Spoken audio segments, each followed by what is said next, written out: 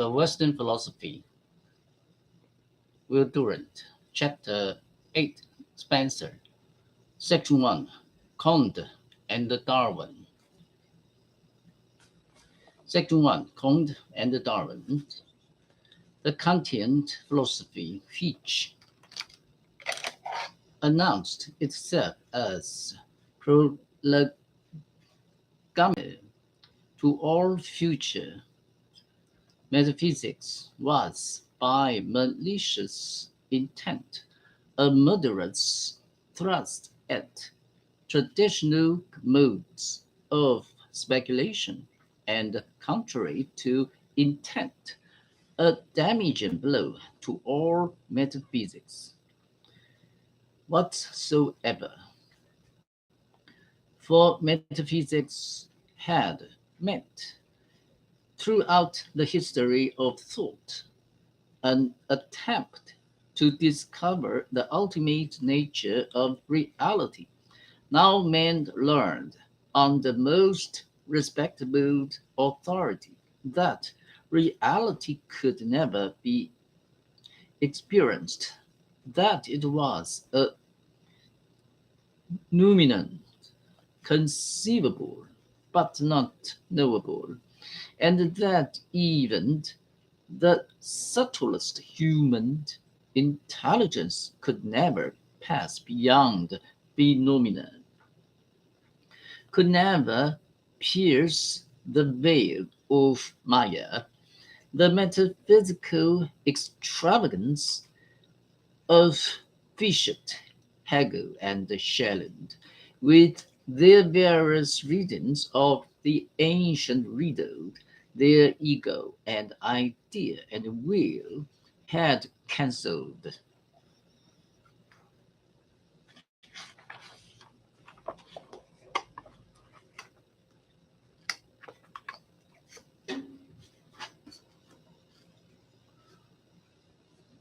One another into zero, and by the 1830s, the universe was generally conceded to have guarded its secret well.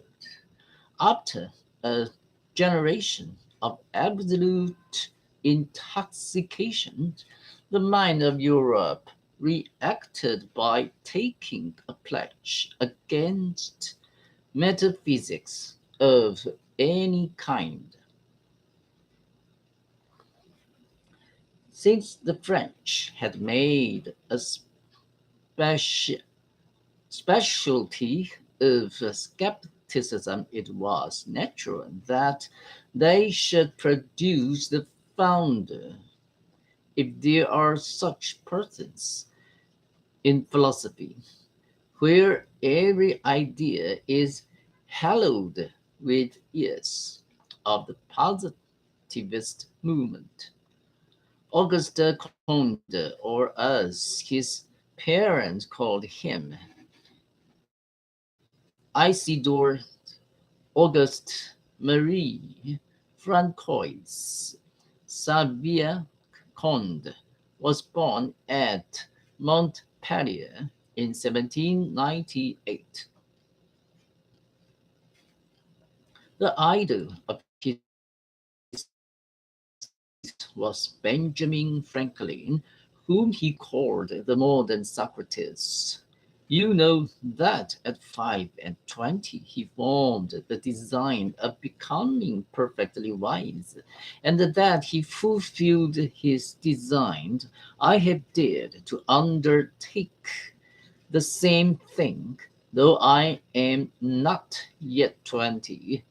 He made a fair start by becoming secretary to the great utopian Saint Simon, who passed on to him the reforming enthusiasm of Turgot and Condorcet, and the idea that social like physical phenomena might be reduced to laws and science, and that all philosophy should be focused upon the moral and political improvement of mankind.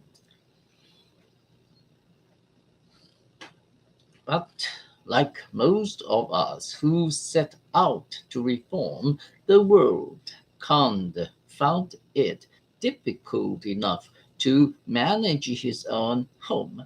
In 1827, after 2 years of marital infelicity, he suffered a mental breakdown and attempted suicide in the sand. To his rescuer, therefore, we owe something of the 5 volumes of positive philosophy which appeared between 1830 and 1842, and the 4 volumes of positive polity which appeared between 1851 and 1854.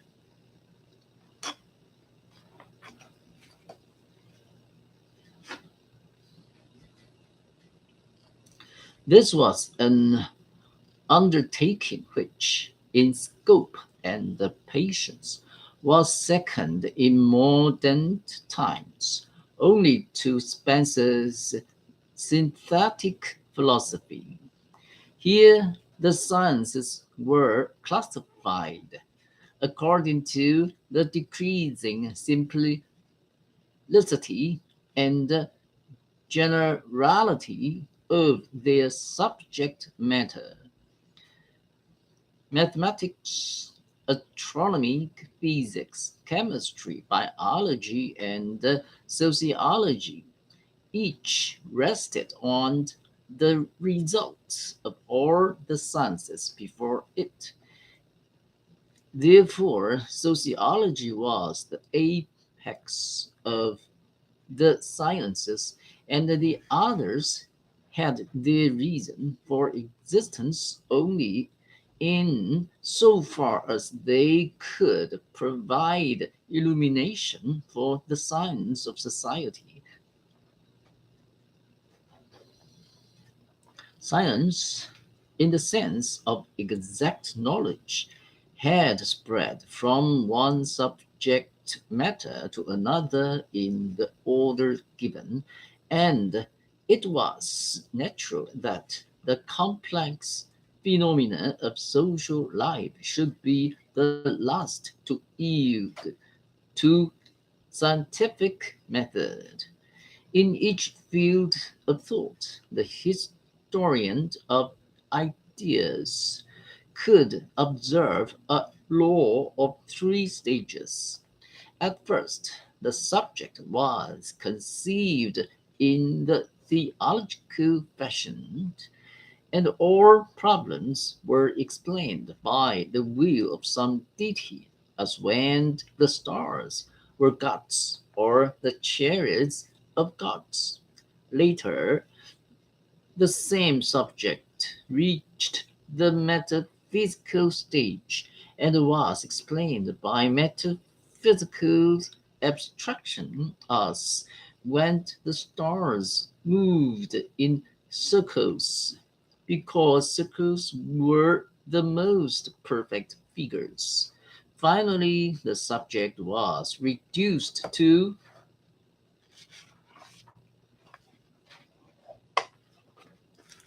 positive science by precise observation, hypothesis, and experiment, and its phenomena were explained through the regularities of natural cause and effect.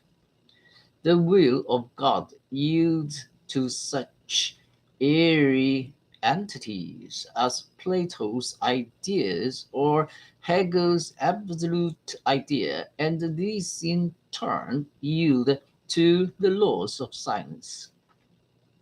Metaphysics is a stage of arrested development. The time had come, said Comte, to abandon these puerilities. Philosophy was not something different from science, it was the coordination of all the sciences with a view to the improvement of human life. There was a certain dogmatic intellectualism about this positivism which perhaps reflected the disillusioned and isolated philosopher when, in 1845, Mame Clotilde de Vaux, whose husband was spending his life in jail, took charge of Comte's heart. His affection for her warmed and colored his thought, and led to a reaction in which he placed feeling above intelligence as a reforming force, and concluded that the world could be redeemed only by a new religion whose function it should be to nourish and strengthen the feebled altruism of human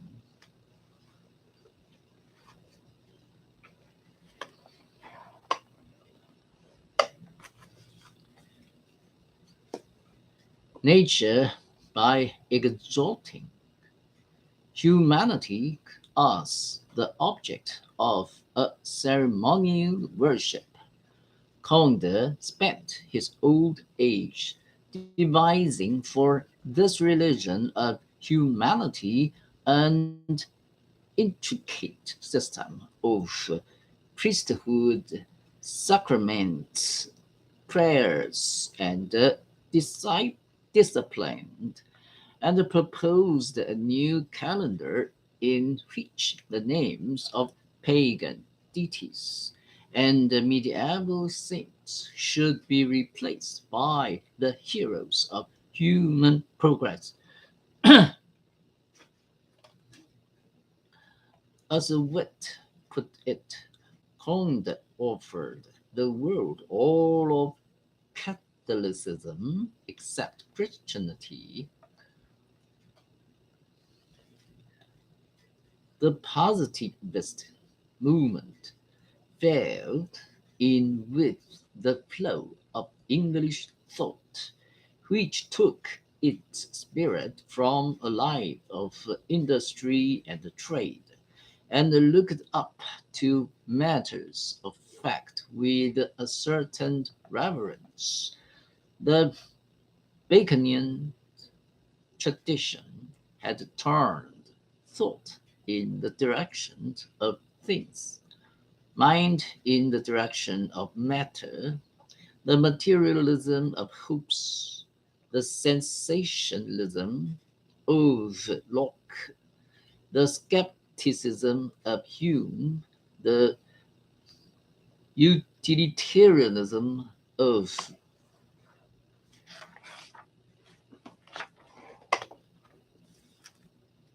Benjamin were so many variations on the theme of a practical and busy life. Berkeley was an Irish discord in this domestic symphony. Hegel laughed at the English habit of honoring physical and chemical equipment with the name of philosophical instruments. But such a turn came naturally to men who agreed with Comte and Spencer in defining philosophy as the generalization of the results of all the sciences. So it was that the positivist movement found more adherents in England than in the land of its birth. Adherents, perhaps not so fervent as the generous later, but endowed with that English ten- tenacity which kept John Stuart Mill 1806 to 73 and Frederick Harrison 1831 to 1923 faithful all their lives to Comte philosophy, while their English caution kept them aloof from his ceremonious religion. Meanwhile, the Industrial Revolution, born of a little science, was stimulating science in return. Newton and Herschel had brought the stars to England.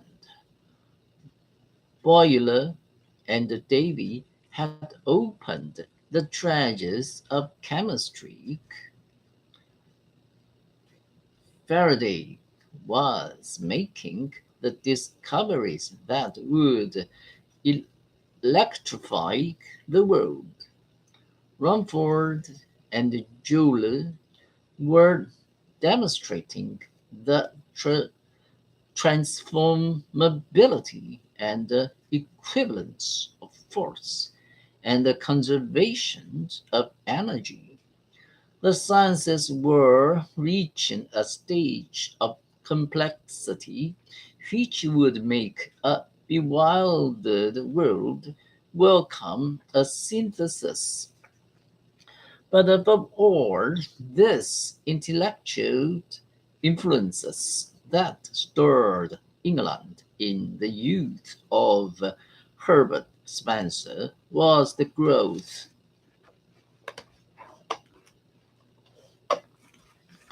of biology and the doctrine of evolution. Science had been exemplarily international in the development of this doctrine. Comte had spoken of the possibility of apes becoming man. Order had written of the metamorphosis of plants. Erasmus, Darwin, and Lamarck had propounded the theory that species had evolved from simpler forms by the inheritance of the effects of use and disuse.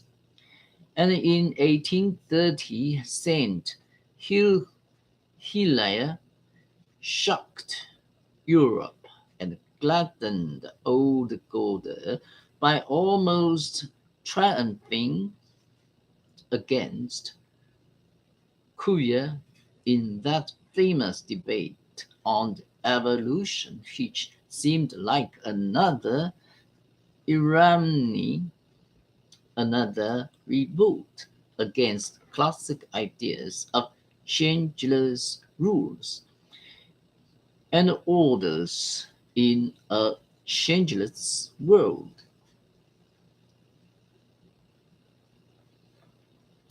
In the 1850s, evolution was in the air.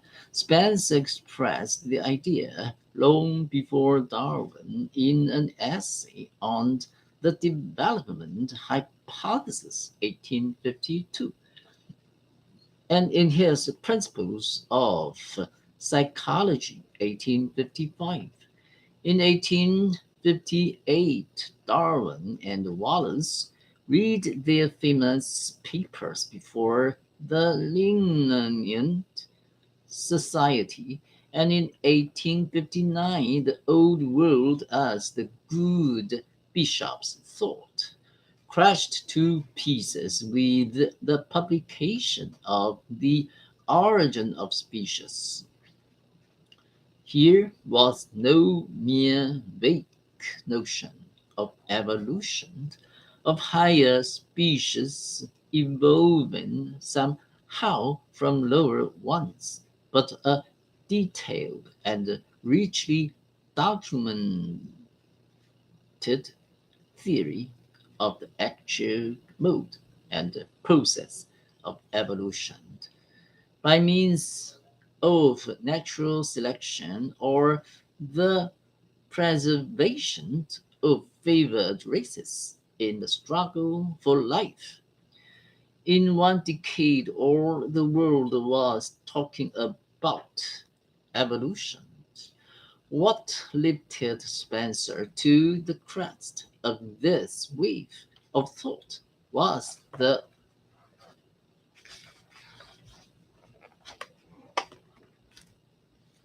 clarity of mind, which suggested the application of the evolution ideas to every field of study and the range of mind, which brought almost all knowledge to pay tribute to his theory.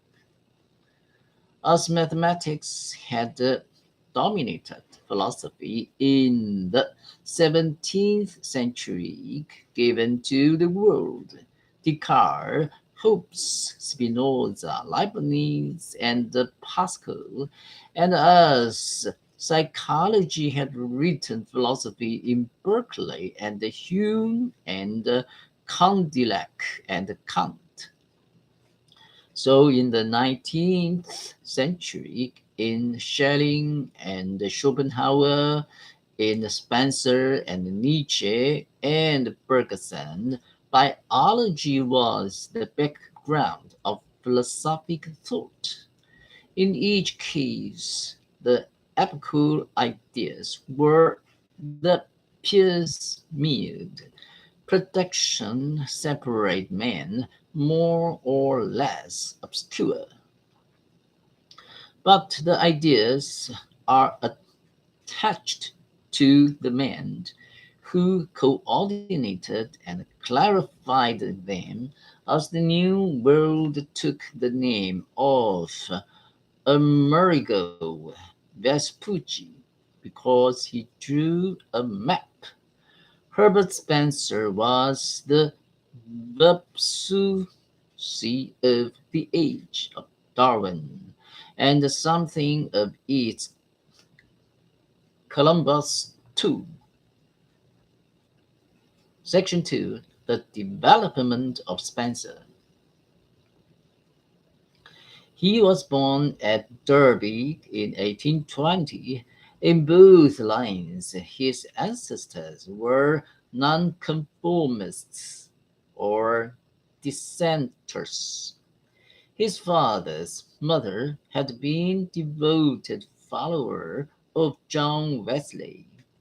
His father's brother, Thomas, though an Anglican clergyman, led a Wesleyan movement within the church, never attended a concert or a play, and took an active part in movements for political reform.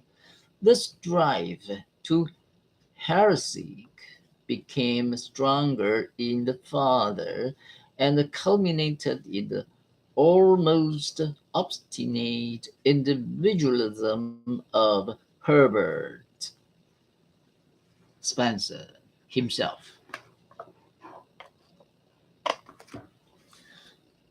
The father never used the supernatural to explain anything. He was described by one acquaintance, though Herbert considered this an exaggeration, as without faith or religion whatever. So far as one could see, he was inclined to science and wrote an inventional geometry. In politics, he was an individualist, like his son, and would never take off his hat to anyone, no matter of what. If he did not understand some questions my mother put, he would remain silent, not asking what the question was, and letting it go unanswered.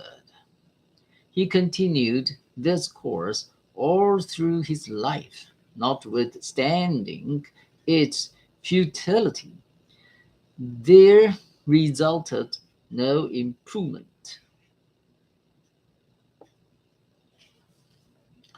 One is reminded, except for the silence of Herbert Spencer's resistance in his later years to the extension of state functions. The father, as well as an uncle and the paternal grandfather, were teachers of private schools, and yet the son, who was to be the most famous English philosopher of his century, remained till 40 an uneducated man.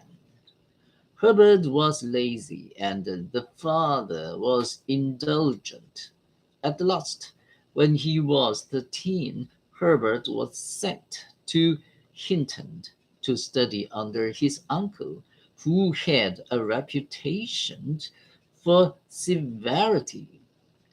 But Herbert promptly ran away from the uncle and trudged all thy way back to the parental paternal home at Derby, 48 miles the first day, 47 the next, and 20 the third, all on a little bread and beer.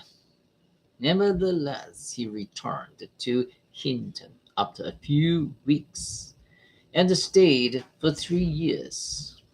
It was the only systematic schooling that he ever received.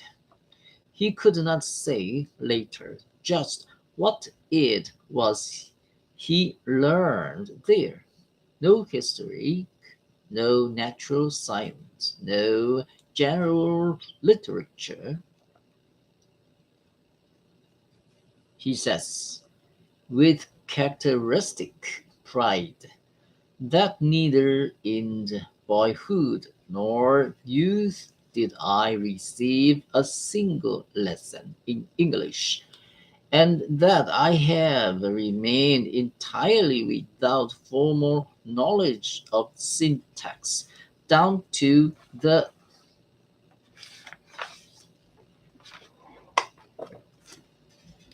present hour are facts which should be known, since their implications are at variance with assumptions universally accepted. At the age of 40, he tried to read the Iliad, but after reading some 6 books, I found it to be to go on, felt that I would rather give a large sum than read to the end. Collier, one of his secretaries, tells us that Spencer never finished any book of science. Even in his favorite fields, he received no systematic instruction. He burnt his fingers and achieved a few explosions in chemistry. He browsed entomologically among the books about school and home, and he learned something about tractor and fossils in his later works as a civil engineer. For the rest, he picked his science casually as he went along. Until he was 30, he had no thought at all of philosophy. Then he read Lewis and tried to pass on to Kant.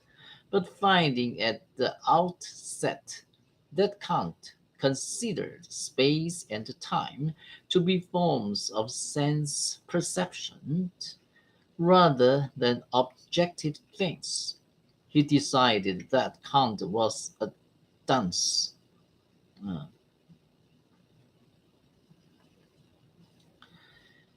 and threw the book away.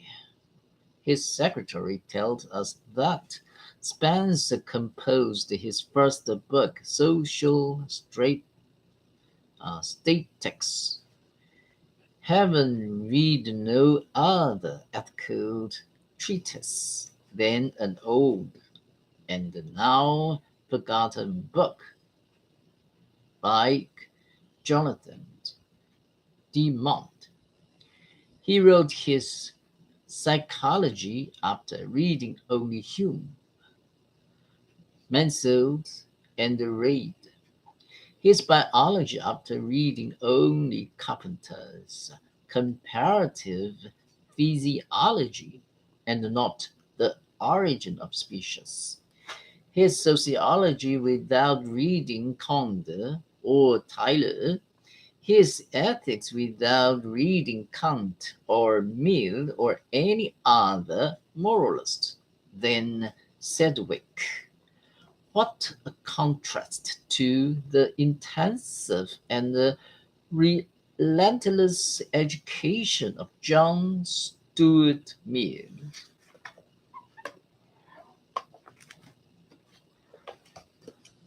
Where then did he find those myriad facts with which he propped up his thousand arguments? He picked them up, for the most part, by direct observation rather than by reading. His curiosity was ever awake, and he was continually directing the attention of his companion to some notable phenomena. Until then, seen by his eyes alone, at the Athenaeum Club, he pumped Huxley and his other friends almost dry of their expert knowledge, and he ran through the periodicals at the club as he had run through those that passed through his father's hands for the Philosophical Society at Derby.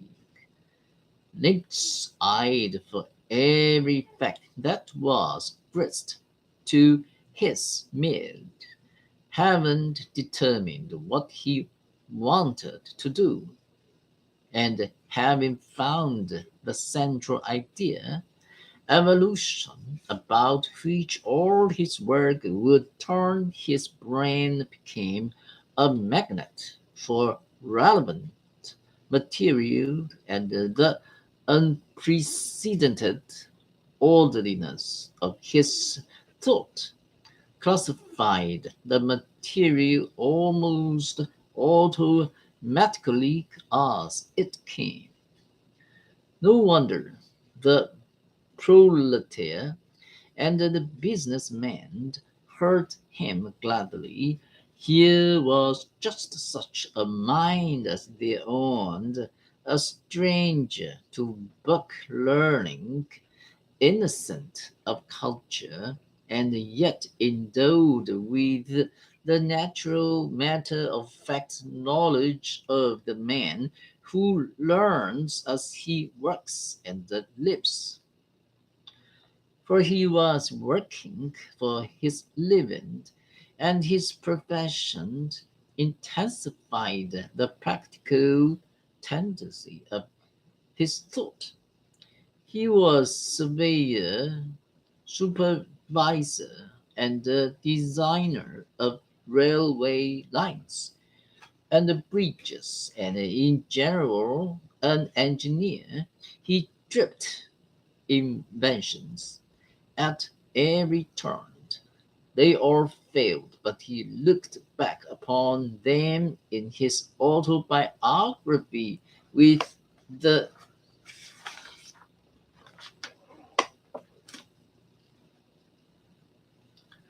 fondness of a father for a wayward son.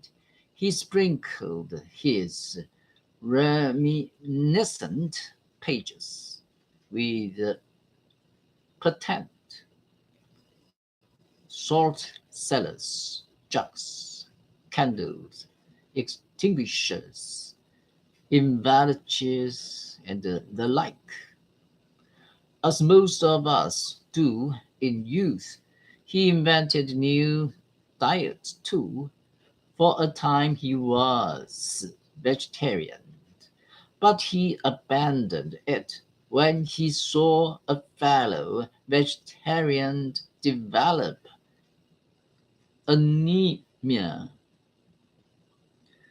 and himself losing strength. I found that I had to rewrite what I had written during the time I was a vegetarian because it was so wanting in vigor. He was ready in those days to give everything a trial. He even thought of migrating to New Zealand, forgetting that a young country has no use for philosophers. It was characteristic of him that he made parallel lists of reasons for and against the move, giving each reason a numerical value. The sums being no points for remaining in England, and 301 for going. He remained. His character had the defects of its virtues. He paid for his resolute realism and practical sense by missing the spirit and the zest of poetry and art. The only poetical touch in his 20 volumes was due to a printer who made Spencer speak of the daily versification of scientific predictions. He had a fine persistence, whose other side was an opinionated obstinacy. He could sweep the entire universe for proofs of his hypothesis, but he could not see with any insight another's point of view. He had the egotism that bears up the nonconformer, and he could not carry his greatness without some conceit. He had the limitations of the pioneer, a dogmatic narrowness accompanying a courageous candor, and an intense originality, sternly resisting all flattery, rejecting proffered government, governmental honors, and pursuing his painful work for 40 years in chronic ill health and modest seclusion, and yet marked by some phrenologists who gained access to him, self-esteem very large. The son and grandson of teachers, he wielded the ferule in his books and struck a high didactic tone. I am never puzzled, he tells us, his solitary bachelor life left him lacking in the warmly human qualities, though he could be indignantly humane.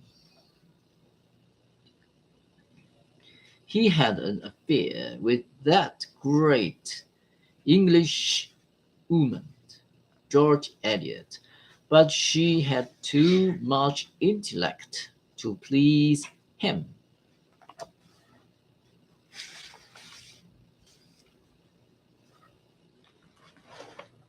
He lacked humor and had no subtlety or nuances in his style. When he lost at his favorite game of billiards, he denounced his opponent for devoting so much time to such a game as to have become an expert in it. In his autobiography, he writes reviews of his own early books to show how it should have been done.